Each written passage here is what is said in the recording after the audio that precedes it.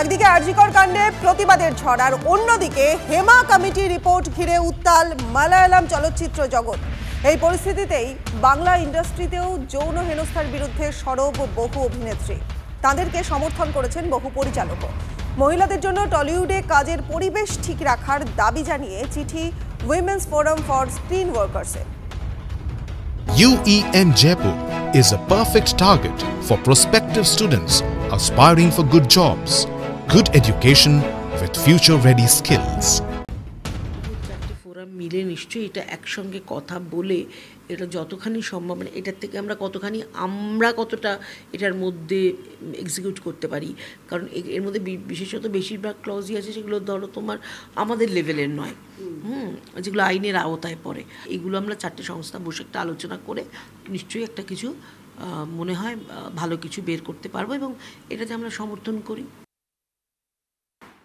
আমি অপমানিত বা আমি নির্যাতিতা এটা আমাকে প্রমাণ করতে হবে।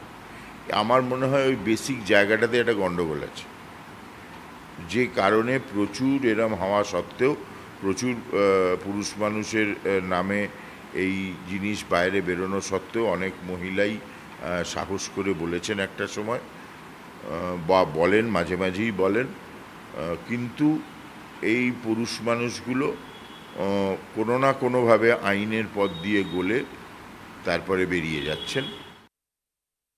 অডিশন দিতে বাধ্য করা হচ্ছে, কিন্তু সেই অডিশনের রেজাল্ট কোনো দিন বেরোয় না, সেই কাজগুলো কোনো দিনও হয় না, শুধু ওই বোল্ড সিনের টেপগুলো কিন্তু রয়ে যাচ্ছে।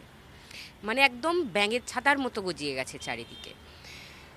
অ্যাওয়ার্ড উইনিং ডিরেক্টরস, ব্লকবাস্টার দেওয়া প্রডিউসার্স, মানে আমি তো একজন অভিনেত্রী, আমি তো চাইবো অ্যাকচুয়ালি তাদের সঙ্গে কাজ করতে। তো এটা কোনো জেহাদ ঘোষণা নয়, এটা একটা সুস্থ পরিবেশ তৈরি করা যায় কি না এই প্রশ্ন নিয়ে, জিজ্ঞাসা নিয়ে আমরা একটা চিঠি করেছি। প্রত্যেকবারই যে স্যাটিসফ্যাক্টরি ব্যবস্থা নেওয়া হয়েছে তা নিশ্চয়ই নয়, তাহলে আমাদের এই ফোরামটা ফর্ম করার প্রয়োজন হতো না। একদমই নিশ্চিতভাবে ব্যবস্থা তো নেওয়া হয়নি, সঠিক ব্যবস্থা যেটা নিলে এরা দ্বিতীয়বার আর এরকম করার সুযোগ পাবেন, সাহস পাবে না, সেরকম ব্যবস্থা তো নেওয়া হয়নি। কেননা যাদের এগেনস্টে কমপ্লেন পড়ে থাকে সাধারণত তাদের এগেনস্টে বারবার কমপ্লেন হয়, তো বারবার কি করে হয়? আমরা এমন একটা ফোরাম তৈরি করব, যে কারণে করেছি, যেখানে এসে সে নির্দ্বিধায় নাম বলতে পারে, জাজড হবে না, এবং তার প্রতি কোনো অবিচার যাতে না হয় সেটাও দেখবে এই ফোরাম। জুনিয়র আর্টিস্ট যাদের সঙ্গে সবচেয়ে আপনি যেটা বলছেন সবচেয়ে বেশি হয়, ওটা হচ্ছে কো আর্টিস্ট। এই দুটো ক্ষেত্রেই সব থেকে আপনি যেটা বলছেন সেটা বেশি হয়, এবং এই দুটোকে প্রোটেক্টেড করার জন্যই কিন্তু আমরা কিন্তু উল্লেখ করে দিয়েছি আমরা ফেসবুকে, যে কোনো জুনিয়র আর্টিস্ট বা কোনো কো আর্টিস্ট যদি আমাদের ফেডারেশনের সঙ্গে যুক্ত আছেন, তাদের যদি কোনো জায়গায় এই ধরনের কোনো ফোর্স করা হয় বা কিছু করা হয়, করতে বলা হয়, তার সঙ্গে সঙ্গে তাদের সুরক্ষা বন্ধুর সঙ্গে যোগাযোগ করবেন। নজর রাখবো পরের খবরে। তিলোত্তমা কাণ্ডে প্রতিবাদ শ্রেয়া ঘোষালের, শো স্থগিত করলেন সঙ্গীত শিল্পী।